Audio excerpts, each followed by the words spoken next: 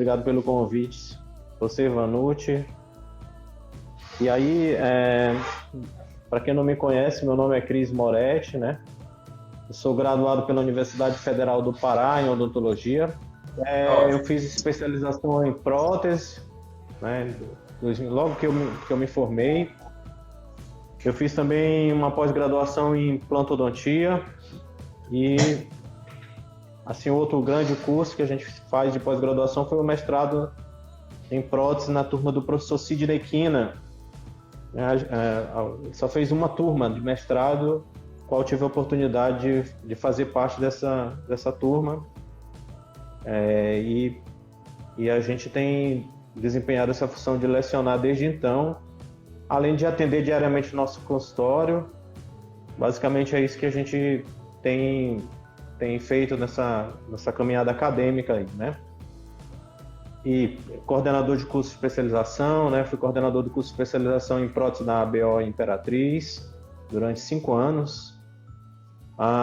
Atualmente sou coordenador do curso de atualização em laminados no CIEC e tenho um consultório aqui em São Luís, Maranhão, né? Onde a gente desempenha nossas funções clínicas e onde a gente desempenha aquilo que a gente aprendeu durante essa caminhada. Professor, e como havíamos comentado anteriormente, hoje iremos falar sobre os tratamentos com os laminados, né, os laminados cerâmicos.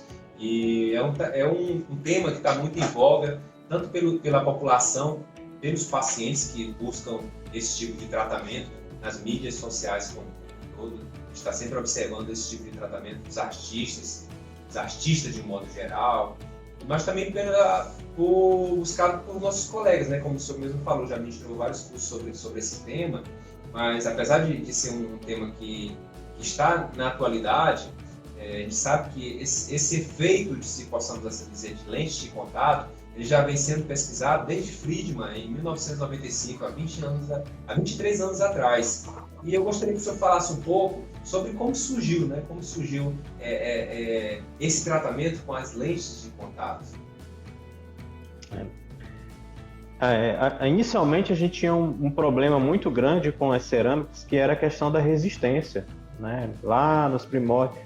Na verdade, a gente teve 2 grandes problemas, os laminados, né? Os laminados cerâmicos, essa técnica, né, restauradora, ela foi primeiro publicada em 1930 pelo dentista Charles Pincus, né? Ele trabalhava em Hollywood e ele tinha como função fazer os procedimentos restauradores dos artistas, né?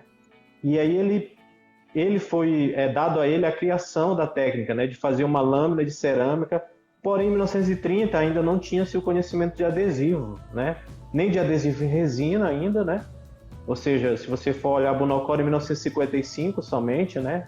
A camada híbrida de Bunocore, Nakabayashi. Depois veio Bunocore, depois em 1983, Calamiya, né, publicou um trabalho onde eles conseguiram fazer com que a cerâmica ficasse receptiva aos sistemas adesivos.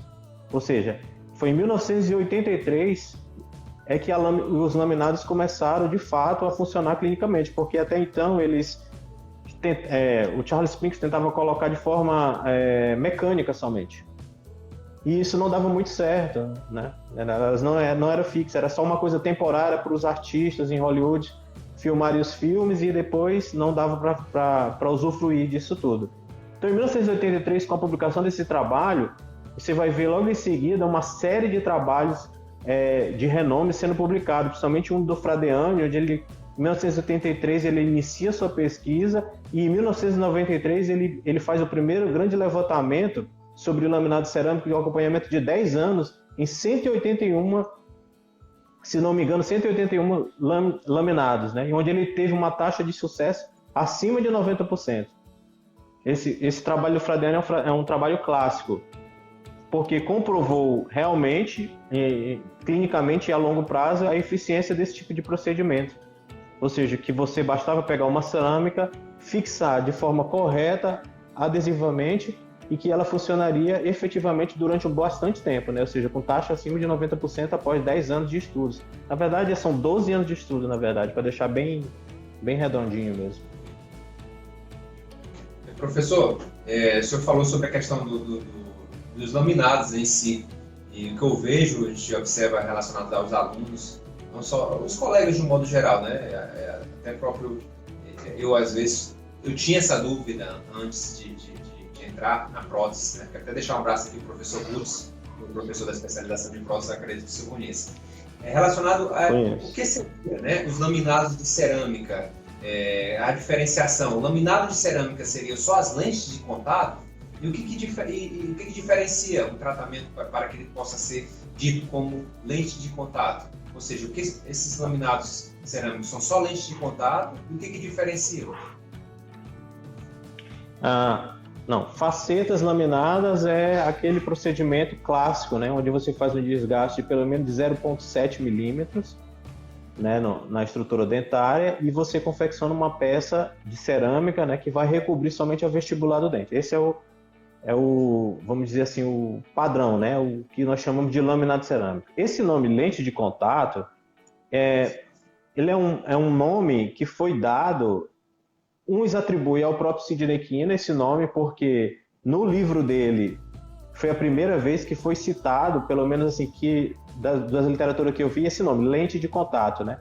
Então, se você pegar o livro dele, que é o Restaurações Estéticas em Cerâmicas, o Invisível, né? Você vai ver o último capítulo do livro, ele cita essa expressão lente de contato. O que seria essas lentes de contato na descrição do Sidney Kina, né? Eram lâminas, independente se elas fossem feitas com desgastes ou não, mas que ela tinha uma espessura de 0,3 milímetros, ou seja, era a metade do valor mínimo antigamente, né? Ou seja, que era 0,7, praticamente a metade, né? Ou seja, e ainda mais, dependendo da situação clínica, era possível se fazer a partir de então, com essas cerâmicas, casos que não precisassem fazer desgaste. Então foi aí que surgiu esse termo, né? E desde então tem se popularizado esse termo lente de contato. Então, a lente de contato nada mais é, para a gente deixar bem claro, bem fácil de a gente entender, é uma faceta, só que mais fina, para ficar mais fácil. Ou seja, bem translúcida, bem transparente. Entendi. Então o que determina se vai ser lente ou faceta não é o preparo do dente, sim a espessura, correto? É isso? É a espessura, exatamente, porque ela faz uma analogia com a lente de contato visual, né, do oculista, né? Então esse nome faz uma analogia, porque a lente de contato, imagina, é como se a faceta fosse o óculos e de repente a gente estivesse usando a lente de contato, né, para você fazer uma analogia. Ou seja, algo que não precisasse ficar à vista, né? Ou seja, ficasse bem translúcido. Durante os seus cursos, né, que o senhor ministra, gostaria que o senhor falasse um pouco assim, qual é a maior dificuldade que o senhor observa? Que nem o senhor estava falando ainda há pouco. É na indicação ou é na questão operatória? Qual é a maior dificuldade enfrentada pelos alunos quando se deparam com esse novo tratamento de lente de contato? Especificamente da lente de contato, né, que você quer saber, ou das facetas gerais? Da lente de contato, Tá. A lente de contato, por ser muito fina, ela é bastante translúcida. Né? Ela é bastante translúcida, então eu não tenho como fazer verdadeiramente uma lente de contato, ou seja, algo que é bastante fino e bastante translúcido, num dente que está com a cor alterada, por exemplo. Porque vai transparecer, um dente que tem uma cor, por exemplo, um dente com cor tetraciclina, que já é difícil na faceta tradicional, né? Então, se você for fazer um lente de contato, você não vai conseguir mascarar aquele fundo. Mesmo em dentes que, por exemplo, um paciente, é muito comum, os pacientes têm já fizeram clareamento, né, por causa da exigência estética atual, as pessoas querem dentes muito brancos, querem dentes muito brancos. Então, é muito comum o paciente que tem uma coloração A1, por exemplo. Eu queria que clareasse mais, e o dente dele chegou no A1 e ele ainda não está feliz. Se você for fazer uma lente de contato verdadeiramente, não vai alterar a cor. Ou seja, ele vai continuar sendo A1. Então essa é a maior dificuldade. Na verdade, a grande dificuldade da lente de contato é conseguir uma indicação correta. Então essa é a grande dificuldade, verdadeiramente. É claro que eu não sou nada contra. É muito comum nós conversarmos com os pacientes, eu vou fazer uma lente de contato, porque para o leigo, né, ele muitas das vezes ele não tem essa diferença, o que é faceta, o que é lente, né? Então ele fala, eu quero fazer uma lente. Eu quero fazer uma lente. Poxa, você explica quais são as diferenças. Você precisa explicar isso, porque já aconteceu, principalmente em curso, né? Ah, não, eu vim aqui foi para fazer uma lente, vocês estão fazendo uma faceta. Porque as pessoas têm uma ideia de que a lente é melhor do que a faceta. E, na verdade, não existe nem melhor nem pior, existe indicação correta. Entendeu? Então, eu não posso fazer uma lente de contato num dente com coloração alterada, não vai dar certo. Eu vou ser obrigado a fazer uma faceta ou até mesmo uma coroa. Eu não posso fazer uma lente de contato em dentes em que eu preciso desgastar mais do que 0,3. Então, não vai ser uma lente de contato, já vai ser uma faceta tradicional. Então você vê que você vai ter que situações bastante limitadas, como você pode me perguntar, onde é uma situação ótima para fazer uma lente de contato? Lembra aquele lateralzinho conoide, que é clássico, né? Os dois laterais conoide, aqueles dali são ótimos para fazer lente de contato, porque eles já são expulsivos. Se a cor que a pessoa deseja já for aquilo, é só praticamente moldar e já vem para o laboratório que já vem pronto. Tá? E vai ser perfeito a adesão, porque você vai ter uma adesão em esmalte, que é muito melhor. Essa é a nossa outra pergunta, já vou falar. Sobre esse detalhe, o senhor falou muito de preparo, né, que o paciente às vezes pergunta, quer fazer o tratamento, ele não sabe diferenciar a questão da faceta, da lente de contato em si. E eu queria que o senhor falasse um pouco sobre a questão da adesividade, né? A adesividade em si. Qual a melhor adesividade? É você deixar a lente de contato sobre o dente, totalmente sobre esmalte, né? Se possamos assim dizer, ou fazer um preparo para a lente de contato. Ela vai ficar melhor adaptada, ela vai ter, digamos assim, um melhor... Em cirurgia a gente faz fala a questão do pós-cirúrgico, né? Mas como é que eu posso falar assim? Uma longevidade, né? Ela vai ter uma maior longevidade pelo fato de não ter preparo, ou é melhor fazer o preparo para a lente de contato? Tá. Não, assim. O que vai definir se você vai precisar fazer preparo ou não na confecção de uma lente de contato ou de uma faceta laminada, né? É se há espaço para aquela cerâmica. Vamos imaginar uma situação hipotética onde você tem você tem todos os dentes alinhados e você tem um lateral, por exemplo, um pouco mais retraído palatinamente em relação ao arco vestibular. Não sei se vocês estão conseguindo me entender. Então, aquele dente ali tem bastante espaço para se confeccionar uma faceta laminada ou uma lente de contato, porque ele está no corredor bucal, ele está um pouco mais intruído, na região mais para palatino. Então eu não preciso fazer preparo nessa situação. Exatamente, né? Aqueles casos de compensação, né? Que os dentes laterais são para dentro. Então eu não consigo, não há necessidade nessa situação clínica de se fazer preparo algum, porque há espaço para cerâmica. Muitas vezes há muito espaço. Então o que vai definir realmente se eu vou para fazer um preparo ou não é se eu tenho espaço.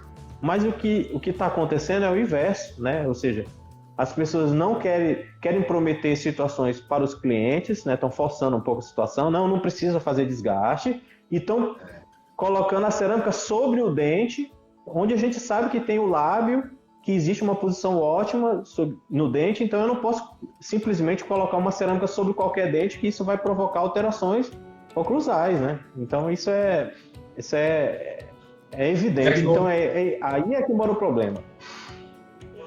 A gente vê muito isso, porque, por exemplo, na cirurgia ortognática, a gente faz todo um planejamento, não só intraoral, mas como extraoral. E achei interessante esse ponto que o senhor falou, a relação dos lábios, né, com o dente, e eu acredito que seja também importante a relação, a posição dos maxilares, né, a posição da mandíbula e da maxila, para que você possa fazer um diagnóstico.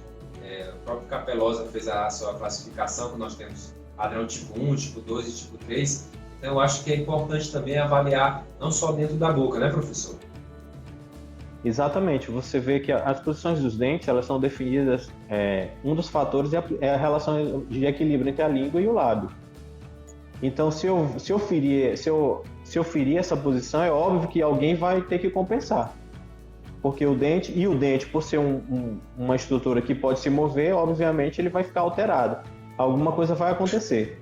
Então, a gente precisa respeitar o que é natural para que a gente possa fornecer nossos trabalhos clínicos para os nossos clientes de forma efetiva. Ou seja, eu acredito que o cirurgião dentista ele não pode ser nunca refém de mídia e nem refém dos nossos clientes, porque esses clientes que topam tudo são os mesmos que depois vão reivindicar judicialmente aquilo que você faz de errado. Concordo. E relacionado à cor, professor, a gente vê muito, o senhor falou de cliente, né? Sempre o paciente quer o mais branco possível, né? A gente vê alguns casos que a gente já observou na mídia, digamos assim, mas tem algum critério que nós possamos, digamos assim, seguir, né? Para que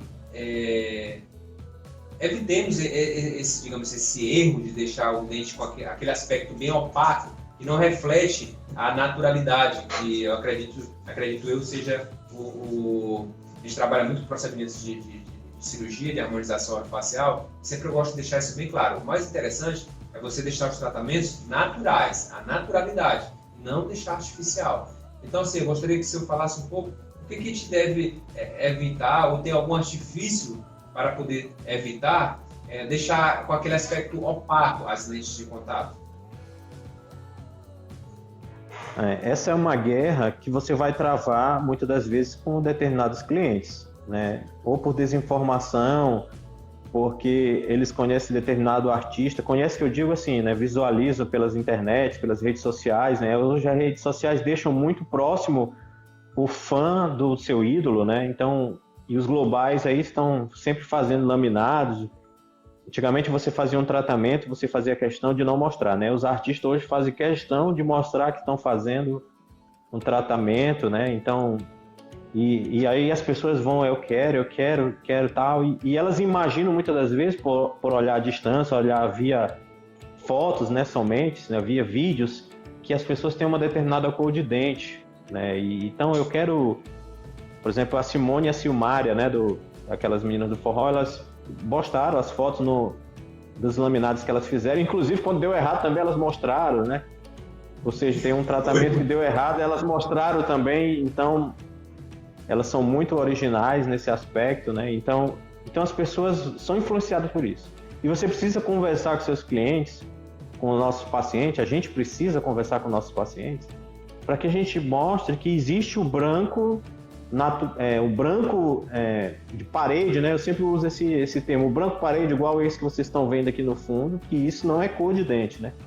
Isso é cor de parede, que o branco de dente não é assim, branco desse jeito. Então você precisa esclarecer aos seus clientes exatamente essa diferença do branco, que é o branco que as pessoas conhecem naturalmente, né? Que é a tecla do piano, né? Ou seja, aquele é branco e o mais branco que você pode ter nos dentes, né? Ou seja, você tem que explicar que na cervical geralmente é um pouco mais cromatizado, ou seja, mais amarelado, que o terço médio também, a incisal já tem outra cor, ou seja, o que é que dá essa naturalidade?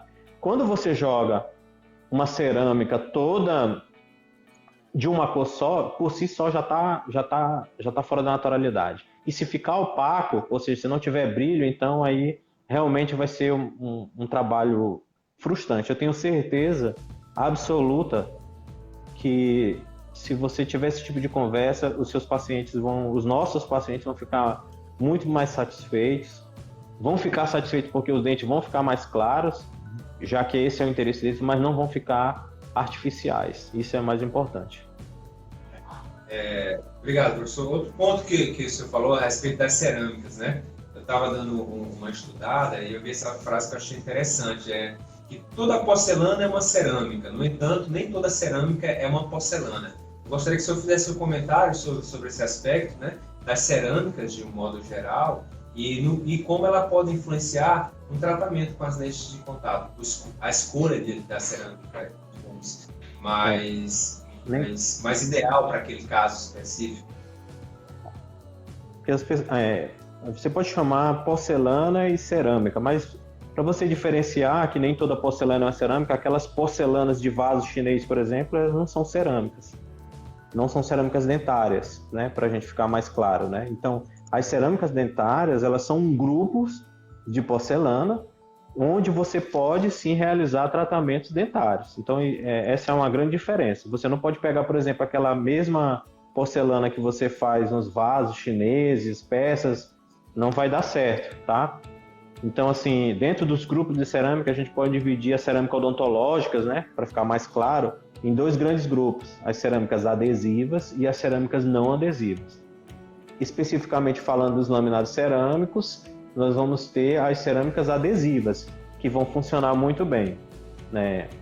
Cito um exemplo, né, para você ficar mais claro. As cerâmicas adesivas são as cerâmicas feldespáticas, o de silicado de lítio, que é hoje que é o que mais se utiliza, né, está na moda, e as cerâmicas não adesivas, para você poder diferenciar, né, são as cerâmicas à base de zircônia. Então essas cerâmicas elas são totalmente contraindicadas, porque elas não são adesivas, obviamente, que é a grande forma de retenção dos laminados cerâmicos, somente por formas adesivas. Adesiva, né? Porque geralmente a gente vê postagens, né? Eu fiz uma lente de contato e usei tal porcelana, usei tal cerâmica, e assim, como o senhor falou ainda há pouco, que vai determinar a questão da adesividade, não é isso? Só deixando outro gancho aqui que eu queria falar também, na implantodontia, queria até deixar um abraço aqui para o nosso professor Bruno Benatti, que eu conheço, que acredito que o senhor conhece também. A gente falava muito de perfil de emergência, né? Na implantodontia a gente fala muito de perfil de emergência. E no tratamento de lentes de contato, esse perfil de emergência, ele é importante também, professor? Claro, obviamente é muito importante por causa do periodonto, né? Se você ferir algo ali, você vai provocar inflamação ou retenção de alimentos, né? Então, você precisa ter uma lente de contato ou uma faceta, né, para a gente falar mais fácil, bem adaptada, né, e que não fira esse perfil de emergência natural dos dentes, né? Então, para que o paciente possa higienizar e não fique acumulando alimentos, nem mau cheiro, nada. Você precisa respeitar essas situações para que o periodonto...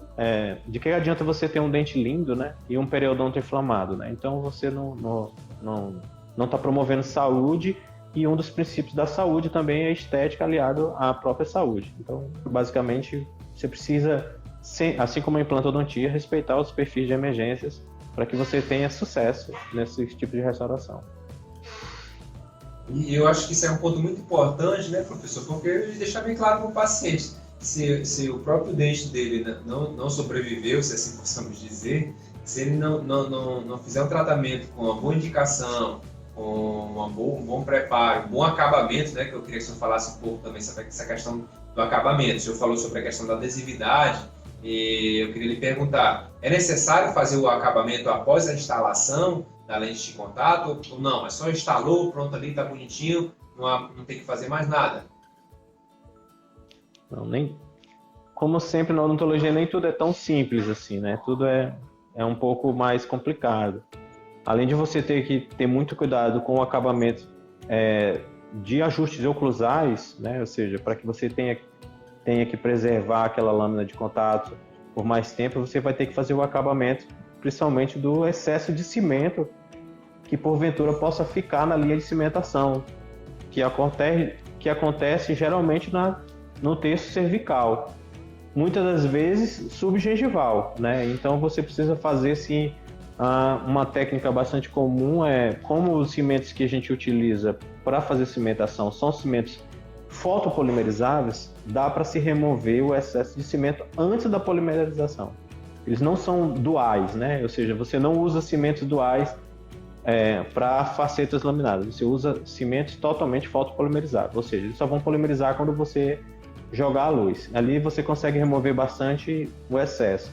E mesmo pós-cura, né, ou pós-polimerização, você precisa, geralmente se usa uma lâmina de bisturi, a 12, né, aquela que tem um cabinho mais curvo, né, e você remove aquele excesso de cimento e deixa tudo bem polido. Você pode utilizar as taças, as borrachas para porcelana, né, que existe um grupo nessa região, se tiver algum excesso, e mais os ajustes oclusais, que são imprescindíveis para que você tenha sucesso, né?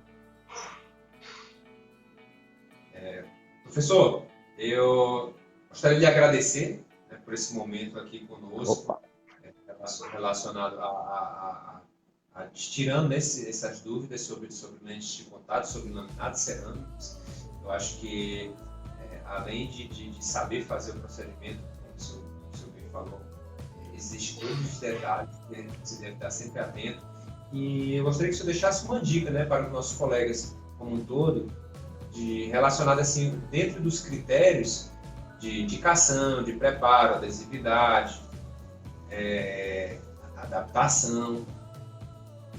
O que você poderia deixar para a gente de dica para otimizar os nossos resultados, né? Para nos ajudar, assim, além de, claro, a sua explanação, que foi muito boa, muito clara e muito intuitiva. Assim, o que você poderia deixar como dica relacionada a esse tipo de tratamento com lente de contato para que nós possamos alcançar os resultados de excelência? Sempre em laminados cerâmicos, né, onde você tem a parceria direta com o laboratório, é imprescindível, como você está falando de rendimento, de otimização, ou seja, de eficiência, né, de produtividade, é imprescindível que você tenha um laboratório eficiente, que esteja adequado. Ou seja, em laminados cerâmicos, não dá para escolher o laboratório mais barato, em hipótese alguma. Você precisa escolher laboratórios que saibam trabalhar com essa estrutura, independente se elas sejam laminados cerâmicos ou as famosas lentes de contato, que são aquelas mais finas. Então, são técnicos altamente especializados nesse tipo de função, tá? E experientes, inclusive, né? Porque não há provas, né? Ou seja, é um procedimento porque o paciente fica com o provisório unidos, né? Que dificulta a higienização naquele período de espera. E não pense que você está fazendo uma lente de contato que o paciente vai aceitar ficar sem provisório, mesmo que você não desgaste nada, ele não quer, porque ele quer ficar de provisório, porque ele já quer, né, estar com um novo sorriso, tá? Então, existe essa situação também. Então, assim, a nível de rendimento, eu acho que a grande dica é procurar um laboratório realmente especializado no negócio, ou seja, que domine a técnica. Por quê? Porque vai evitar repetições, vai evitar fracassos e muitas das vezes, como vai nos ajudar, né, o técnico nos ajudar, inclusive, a corrigir alguns determinados problemas que a gente tem inerentes que a gente não conhece muitas das vezes a técnica que eles confeccionam. É muito comum você faz um preparo e ainda apresenta áreas retentivas e o técnico fala, ali tem uma área retentiva, então você precisa moldar de novo e tal. Então é muito importante você ter, a nível de rendimento, uma situação dessa, ou seja, um laboratório em que ele domine a técnica, onde assim você possa, vamos dizer assim, evitar as grandes falhas, né? Ou seja, você tem um acerto de clínico muito alto. Porque eu sempre digo que no consultório não é lugar de fazer experimentos. No seu consultório, é lugar de pisar no solo firme e trabalhar de forma firme, ou seja, para evidenciar. Essa eu acho que é a grande dica a nível de rendimento e produtividade, porque como eu já faço há bastante tempo, eu já trabalhei com laboratório X, Y, Z, né? Então eu sei o que é laboratório ruim e o que não é laboratório na prática, tá? Eu sei o que é laboratório ruim e o que não é laboratório ruim, tá? Então você precisa descobrir, eu não vou fazer indicação nenhuma aqui, acho que qualquer um tem como descobrir essas coisas, tá? Então aqui em São Luís a gente tem ótimos laboratórios para trabalhar, que fazem trabalhos excelentes, então assim você fica mais tranquilo e vai aumentar seu rendimento. Outra coisa é para quem não domina a técnica, né? Ou seja, eu estou começando agora, sou um recém-formado e nunca fiz, enfim, né? Essa para aquela pessoa que está a fim de começar, mas nunca fez. Por mais que seja interessante os cursos rápidos, né? Eu já tenho 4 turmas no CIEC formadas, né, de alunos.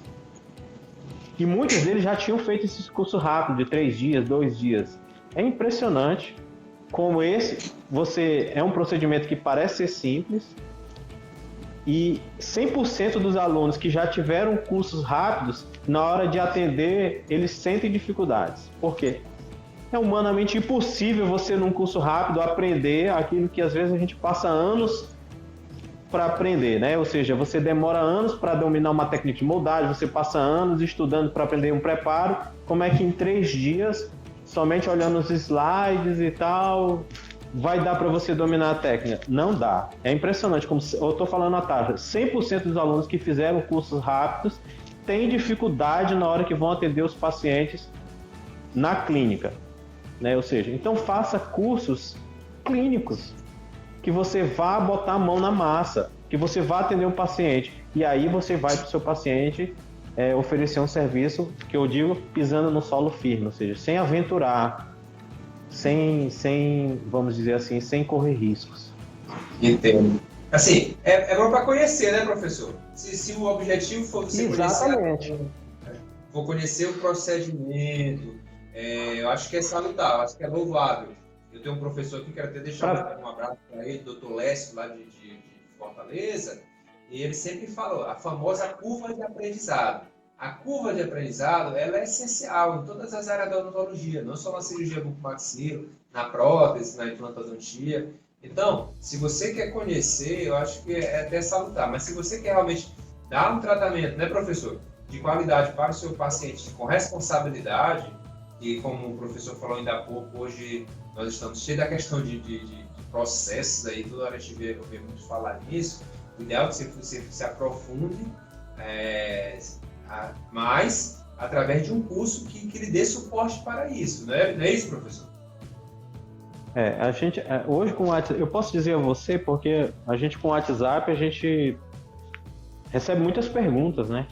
E eu recebo diariamente perguntas, só para você ter ideia, o nível de pergunta do aluno que fez o curso rápido, qual cimento eu uso? Ou seja, professor, eu estou aqui com o paciente sentado na minha cadeira, na recepção, vou fazer uma cimentação. É muito comum isso, vocês nem imaginam, semanalmente eu recebo esse tipo de pergunta. E eu não sei qual cimento usar, ou seja, é um aluno que fez um curso rápido, geralmente, tá? Geralmente, né? Não tem nada a ver, você pode esquecer o cimento, tá? Você não é obrigado a lembrar tudo na sua vida. E se perguntar é muito interessante, porque você está tirando uma dúvida para ter uma efetividade daquele atendimento. Não me levem a mal, não me entendam a mal. Mas é muito comum o aluno que não fez um curso mais voltado para o atendimento clínico ter esse tipo de dúvida. E o pior é que as pessoas estão fazendo isso com os clientes deles. Quem corre o grande risco são eles, ou seja, os profissionais.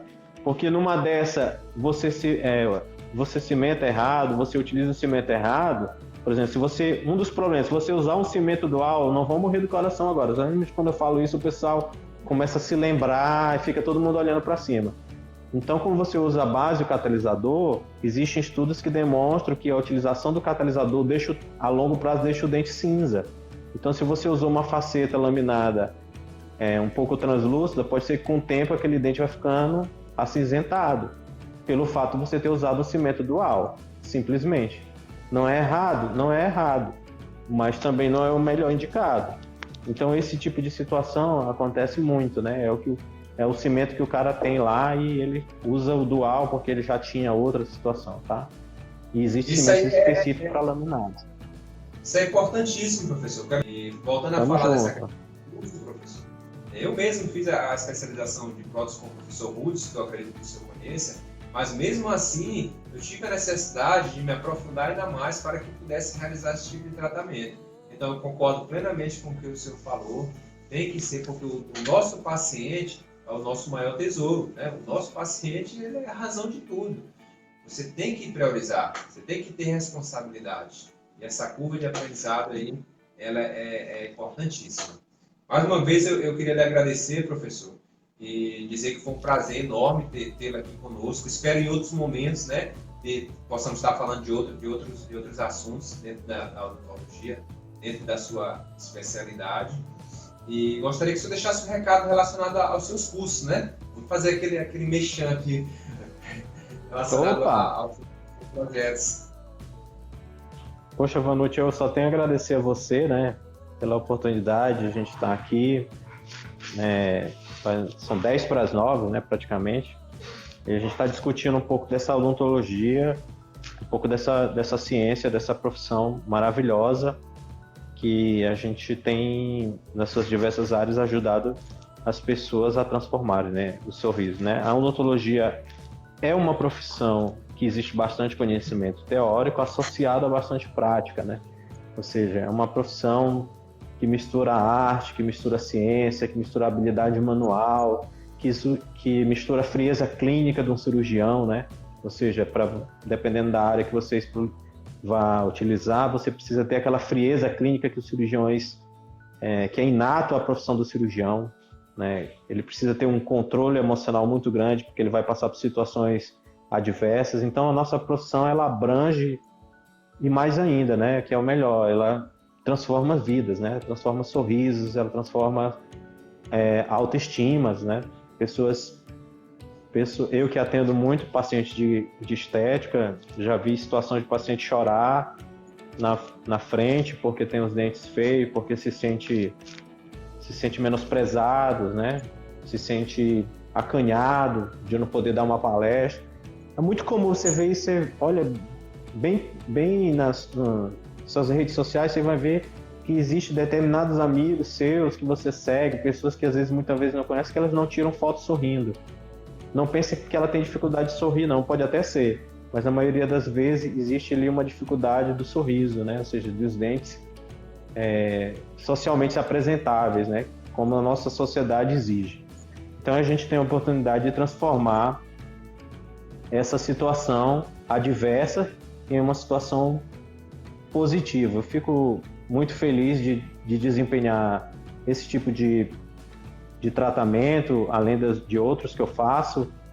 E a gente vê no curso, principalmente, né, nos cursos que a gente faz, essa oportunidade de ajudar aquelas pessoas que não têm condições financeiras de fazer esses tratamentos mais caros, né? Então a gente sempre pensa nesse sentido de transformar a vida dos nossos clientes, que muitas vezes se transformam em amigos. Então isso é bastante importante, que você, como cirurgião dentista, tenha como isso no seu foco principal, transformar vidas, porque à medida que você tiver esse foco, você obviamente vai ser uma pessoa melhor e muito mais feliz. Obviamente e muito melhor remunerado, tá? É assim que se entende. Quanto aos cursos, eu tenho hoje aqui em São Luís um curso clínico, né?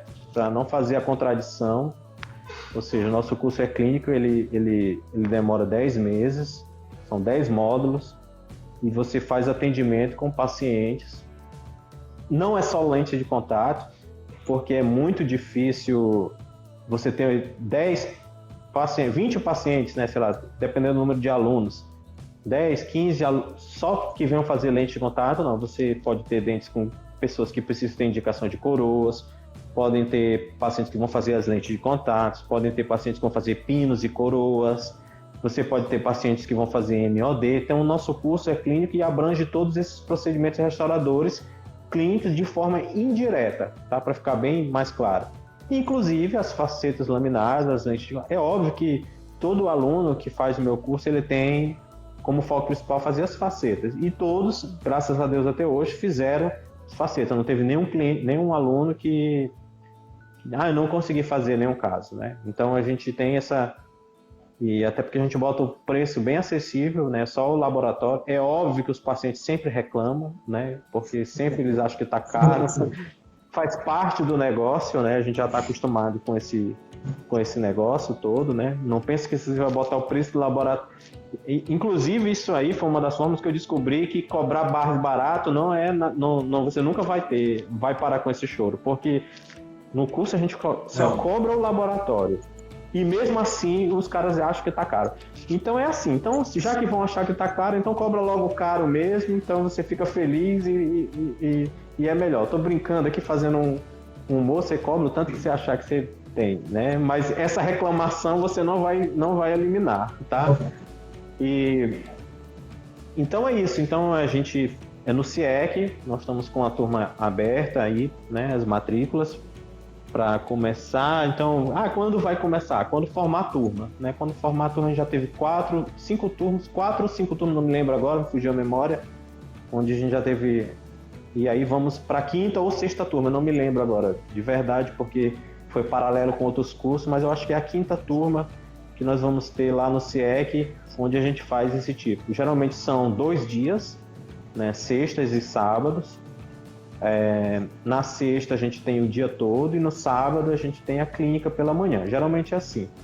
Nos primeiros módulos são só basicamente teóricos, onde a gente dá a fundamentação teórica e laboratórios. E a partir do 3º ou 4º módulo, se eu não me engano, a gente começa a descer e já começa a fazer os atendimentos. Então nós vamos ter aí 7 módulos de atendimento clínico para que a gente possa praticar bastante e atender bastante. À medida que os alunos vão atendendo, já troca para outro paciente, e ele geralmente atende em dupla, então tem o outro paciente do outro, seu parceiro da dupla, então você pode usufruir bastante desse treinamento. Beleza. Bem dinâmico, né? Bem dinâmico, e de forma bem leve, né? Sem muitos estresses, só o estresse normal, nada de terrorismo. Nada de terrorismos, né? A gente tentar fazer um curso bem leve para que a gente possa estar num clima bom e o resultado tem sido ótimo.